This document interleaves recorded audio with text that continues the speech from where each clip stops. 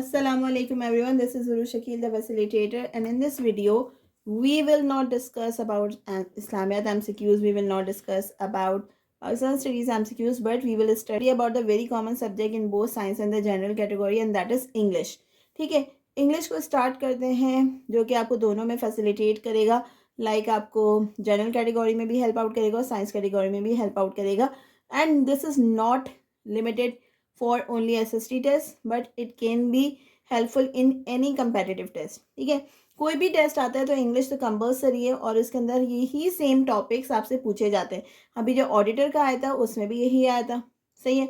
इसके अलावा जो हम जितने भी असिस्टेंट डायरेक्टर किसी के भी हो रहे हैं उसके अंदर this is very common and this is very important. Okay, so let's begin.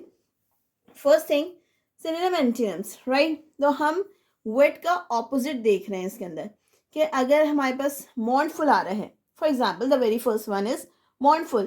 तो मॉर्नफुल का मतलब आपको पता होना चाहिए. अब ऐसे बहुत सारे वर्ड्स होते हैं जिनके आपको मतलब नहीं पता होते. So I have written a lot of words कि आपको जो इजी वर्ड हैं ताकि आपको याद रख सके. ठीक है, मॉर्नफुल का मतलब होता है मायूस. ठीक है, तो आप इसके अंदर से देखेंगे informal, private, appropriate and sympathetic. No, तो हमारे पास आएगा जॉयफुल. इफ समवन इज मायूस, सैड, तो उसका जो ऑपोजिट होगा वो होगा जॉयफुल, जॉयस. ठीक है, यानी खुश. फिर सेकंड हमारे पास आ रहा है स्कैट. स्कैट इज अ गुड क्वांटिटी, यानी कोई चीज़ अच्छी मिकदार में मौजूद है. तो हमारे पास आता है दर्द. दर्द मीन स्कार्सिटी, यानी वही चीज़ बिल्कुल उसका काल पड़ गया है, वो बहुत कम है. ठीक है, मिकदार में वो बहुत कम है. तो स्कैट एंड दर्द. फिर हमारे पास आ रहा है ग्रैंडियस. ग्रैंडियस हमारे पास होता है impressive, like he looks very impressive. ठीक है, मतलब वो बहुत ही ज़्यादा अच्छा लग रहा है, इम्प्रेसिव लग रहा है, इम्प्रेस कर रहा है. ठीक है, तो उसके ऑपोजिट क्या होगा? A very simple. ठीक है, सिंपल एंड अनइम्पोजिंग. अनइम्पोजिंग यानी नॉट इम्प्रेसिबल, यानी उसकी कोई इंपॉर्टेंस फील नहीं हो रही है. ठीक है, वो एक नॉर्मल सा बंदा लग रहा है. फिर है एंट्रेंच. एंट्रेंच मीन्स एस्टैब्लिश, कुछ बनाना. तो ओस्ट का मतलब होता है एक्सपेल आउट, आउट, यानी वो चीज़ ख़त्म करना, निकलना वहाँ से. फिर हमारे पास आता है लैक, लस्टर. लैक मीन्स आपको पता है लैक का मतलब क्या होता है? कमी. Lustre means vitality. Vitality means ability. अगर मैं बात करूँ कि उसके अंदर डिफरेंट क्वालिटीज़ की कमी है. सही है, तो हम बात करेंगे लैक इन वेटिलिटी का मतलब हो गया डिफरेंट क्वालिटीज़ की कमी है. तो दिस इज लैक लस्टर, उसके अंदर इतनी ज़्यादा क्वालिटीज़ नहीं है. ठीक है, तो उसका ऑपोजिट लेकर आए vibrant in nature. If someone is vibrant in nature, he has potential to do a lot of things. ठीक है, vibrant in nature, someone is sad, he always remain sad. तो ऐसा नहीं होना चाहिए. A person should be vibrant. फिर हमारे पास आ रहा है फिर हमारे पास आ रहा है सेंस. ये है डिसअप्रूवल, यानी किसी ने बहुत सख्ती से उस चीज़ को मना कर दिया, डिसअप्रूव कर दिया. तो हमारे पास होता है कमेंडेबल. ठीक है, कमेंड होते हैं ना, हम उसको अप्रेज भी कर रहे हैं, हम उसको रेकमेंड भी कर रहे हैं, तो हमारे पास होता है कमेंड. फिर हमारे पास आ रहा है ट्रांजेंस. ट्रांजेंस का मतलब होता है, अगर मैं बात करूँ, what like for short time, for short period. ठीक है, तो उसका ऑपोजिट अगर हम लेंगे तो हमारे पास आ रहा है परमानेंस. परमानेंस का मतलब होता है for long lasting, for a long time period. ठीक है, फिर आपके पास आता है desiccate. Desiccate means no moisture, very rough. ठीक है, तो इसका ऑपोजिट क्या होगा? अगर नो मॉइस्चर है तो जाहिर सी बात है मॉइस्चरस होगा. फिर हमारे पास आता है सैचुरेट. सैचुरेट क्या होता है? एक लिमिट आ जाती है कि अब उससे ज़्यादा उसमें पानी एब्जॉर्ब नहीं हो सकता. ठीक है, तो हम उसे बोलते हैं सैचुरेट. अब हमारे पास दो, हमें इन सब के मतलब पता होने चाहिए, लेकिन इनके जो दूसरे डिस्ट्रैक्टर्स होते हैं वो क्वाइट ईजी होते हैं. ठीक है, इन सब के मतलब पता होने चाहिए, but we are on the quick note. ठीक है, हमें क्योंकि तैयारी करनी है तो वी विल रीड इट, और इन सब के मतलब हम आहिस्ता आहिस्ता ग्रेजुअली लर्न कर लेंगे. फिर हमारे पास आ रहा है, अच्छा, प्रोट्रूजन का मतलब होता है फैलाव, किसी चीज़ का फैला हुआ दिखना. सही है, तो हमारे पास इसका आएगा डीप रेसिस, यानी वो कहीं छुपा हुआ है, मतलब वो फैला हुआ नहीं है, वो छुपा हुआ है. सही है, तो उसके बाद आपके पास आ रहा है एंटाइस. एंटाइस का मतलब क्या होता है? ये अट्रैक्ट, टू अट्रैक्ट समवन. तो जाहिर सी बात है, एक अट्रैक्ट करता है और एक रिपेल करता है. बस मैग्नेट्स में भी होता है अट्रैक्ट एंड रिपेल, तो हम अट्रैक्ट की जगह वर्ड यूज कर रहे हैं एंटाइस, और उसका ऑपोजिट क्या होगा? रिपेल, यानी नॉट अपीलिंग, नॉट अट्रैक्टिंग. फिर और ऑर्थोडॉक्सी. ऑर्थोडॉक्सी का मतलब हमारे पास होता है जनरली एक्सेप्टेड थ्योरी. ठीक है, यानी उसको सबने माना है. तो अनकन्वेंशनली यानी नॉट एक्सेप्टेड, यानी वो डिसअप्रूव हो चुकी है, वो अप्रूव नहीं हो रही है। फिर आ रही है समटियस, फिर आ रहे हैं समटियस। समटियस का मतलब होता है splendid, oh my God it's too sumptuous work, यानी बहुत ही आला काम किया है, बहुत अच्छा काम किया है। तो उसका ऑपोजिट हम लेंगे रिस्ट्रेन, तो हम उसका ऑपोजिट लेंगे रिस्ट्रेन्ड। उसका मतलब होता है डिस्पैशनेट, यानी वो विदाउट पैशन किया गया है, वो बिल्कुल ही बेदिली से काम किया गया है। समटियस का मतलब होता है कुछ ऐसा काम किया कि उसके अंदर उनकी एफर्ट नजर आ रही है, स्प्लेंडेड वर्क था। फिर आ रहा है डिसोल्यूशन, यानी टू डिस्ट्रॉय। ठीक है, इसको हमने लिया इस्टेब्लिशमेंट, यानी बनाना, बिल्ड करना। ठीक है, डिसोल्यूशन का डिस्ट्रॉय हो गया तो हमारे पास इस्टेब्लिशमेंट आ गया, यानी बनाना। अर्क, अर्क हमारे पास होता है, this is a very good word. ठीक है, irk we usually use word annoy. ठीक है, तो annoy everybody says this word. ठीक है, we often annoy with a lot of things. तो instead of using annoy you can go with the word अर्क।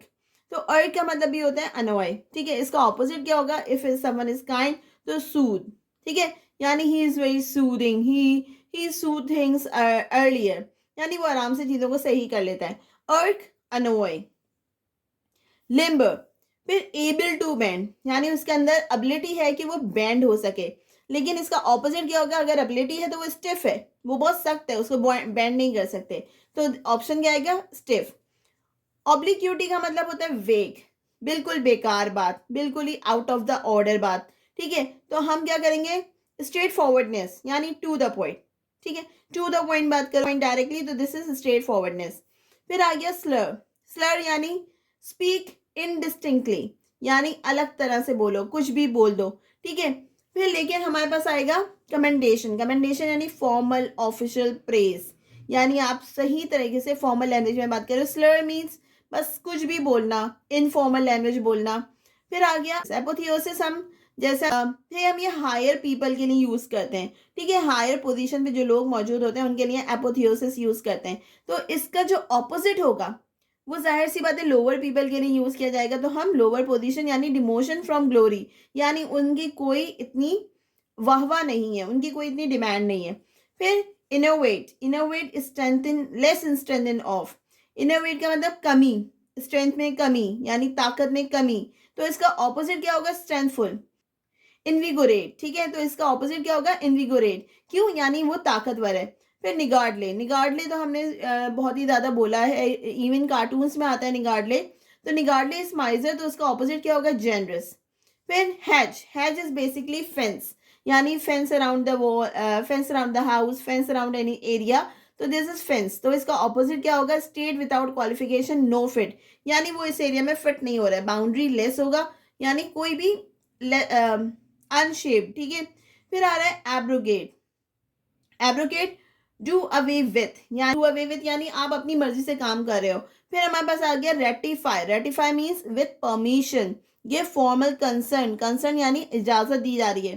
ठीक है, इंडस्ट्री, इंडस्ट्री का मतलब होता है इकोनॉमिक एक्टिविटी जिसके अंदर हो रही हो, कुछ बन रहा हो, कुछ हो रहा हो, कोई प्रोडक्शन हो रही हो, दैट इज इंडस्ट्री। तो इसका ऑपोजिट क्या होगा, स्लोथ, यानी कुछ भी नहीं हो रहा, डाउनफॉल। फिर हमारे पास आ रहा है स्पंक, स्पंक मीन्स करेज, यानी उसके अंदर he has some spunk in his attitude. ठीक है, he has spunk in his personality, यानी उसके अंदर एक स्पंक है, उसके अंदर एक करेज है जो कुछ कर सकता है। तो उसका ऑपोजिट क्या होगा, टिमिडिटी। टिमिडिटी का मतलब होता है डरा हुआ, सहमा हुआ। तो timid people usually stage back. ठीक है, or we can say they often are the backbenchers, they don't want to reveal themselves, though they might have some spunk in them but they don't reveal it. ठीक है, तो उसके बाद हमारे पास आ रहा है सेज, सेज का मतलब होता है अटेन्ड, सेज का मतलब होता है अटेन विजडम, यानी विजडम यानी उनके अंदर काबिलियत है, सेज है। तो उसका ऑपोजिट क्या होगा, अगर वो काबिल है तो वो फूल, फूल यानी बेवकूफ है। ठीक है, फिर हमारे पास आ रहा है एडमोनिशन, एडमोनिशन क्या, वार्निंग। ठीक है, उनको एक वार्निंग दी जा रही है बहुत ही। कमेंडेशन यानी उनको कमेंट किया जा रहा है, उनको कमेंडेशन मिल रही है कि वो आगे बढ़ सकें, जबकि दूसरे को क्या मिल रहा है, एडमोनिशन मिल रही है, यानी उनको वार्निंग मिल रही है उनके काम पे। फिर आ रहा है चेरी, चेरी का मतलब होता है कॉशियस, यानी वो सब कुछ एहतियात से कर रहा है। तो दूसरा ब्रश होगा, यानी नोइजी भी है, मतलब वो केयरलेस है। फिर आ गया स्टपीफी, स्टपीफी का मतलब टू फील और लाइक थिंक, ठीक है, मतलब उसके अंदर सोचने समझने की काबिलियत नहीं है। तो एंड लिव इन का मतलब क्या होगा, मेक समथिंग इंटरेस्टिंग, यानी वो जो है वो कुछ सब कुछ सोच समझ के कुछ अच्छा क्रिएटिव करते हैं। फिर आ गया कोगेंट। कोगेंट का मतलब होता है क्लियर, लॉजिकल, ठीक है, कन्विंसिंग, यानी किसी को भी क्लियर व्यू दो। मतलब अगर आपको if you want to convince someone, तो you must have to highlight the very good point. तो उसका क्या होगा, अनपर्सुएसिव, यानी वो कन्विंस नहीं कर सकता। अनपर्सुएसिव मीन्स उसको कन्विंस नहीं कर सकता। फिकल, फिकल का मतलब होता है डिसलॉयल, ठीक है, अगर फिकल का मतलब डिसलॉयल है तो ऑफ कोर्स तो उसका ऑपोजिट क्या होगा, लॉयल। फिर आ गया कंप्लाई। कंप्लाई का मतलब होता है बी विथ, किसी के साथ होना, रिबेल अपोज ऑफ, उसके खिलाफ होना, ठीक है। फिर है क्रेडिट, यानी फर्मली, किसी चीज के बारे में फर्म एटीट्यूड। फॉल्स बिलीफ यानी कच्ची बात, मतलब आपको नहीं पता। फिर हमारे पास आ रहा है स्टिल्टेड। स्टिल्टेड का मतलब होता है सेल्फ कॉन्शियस, और तो इसका क्या होगा, एंड इनफॉर्मल, वेरी फ्रेंडली। इसका ऑपोजिट क्या होगा, अगर कोई सेल्फ कॉन्शियस है, सेल्फ सेंटर्ड है, तो उसका ऑपोजिट क्या होगा, फ्रेंडली है, इनफॉर्मल है। Okay, so we have done 33 MCQs, और later we will discuss more. I hope you have understood. If you like this, कि अगर आपको इस तरह से समझ में आया, और इफ यू वांट कि मैं चारों के चारों ऑप्शंस आपको समझाऊं, तो please do right in the comment. तो मैं सारी की सारी मीनिंग्स आपको बताती जाऊंगी। आई होप कि आपको ये समझ आए हो। आई होप कि आप एक से दो दफा इस वीडियो को सुनो, ताकि ये चीज आपको याद हो जाए डेफिनेटली।